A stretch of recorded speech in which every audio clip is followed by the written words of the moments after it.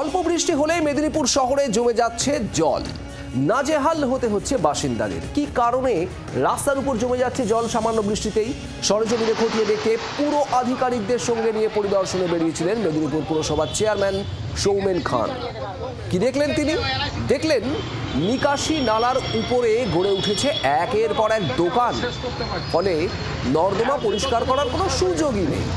অল্প বৃষ্টি হলেই তাই নর্দমা উপচে জল উঠে আসছে রাস্তায়। জেসিবি দিয়ে শুরু হয় নর্দমা পরিষ্কারের কাজ।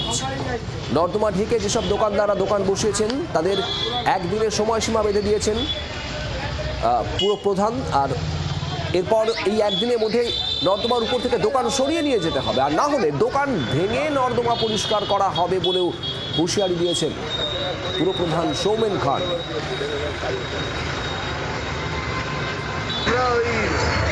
ওটা ওই LIC চক থেকে শিশু উদ্যান সমস্ত ড্রেনটাই বন্ধ, রাস্তার উপর দিয়ে জল।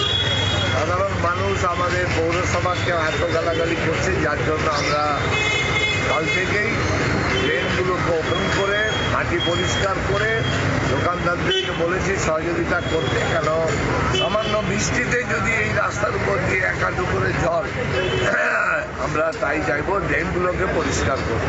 জলটা তো বন্ধ, প্রতিটা ড্রেনই বন্ধ হয়ে আছে, সেগুলোকে আমরা খুলে যাতে ড্রেনের কোনো বাধা না থাকে, জল সব ওইটা দিয়ে বার করতে হবে। বাংলার আওয়াজ, বাঙালির আবেগ, জি 24 ঘন্টা।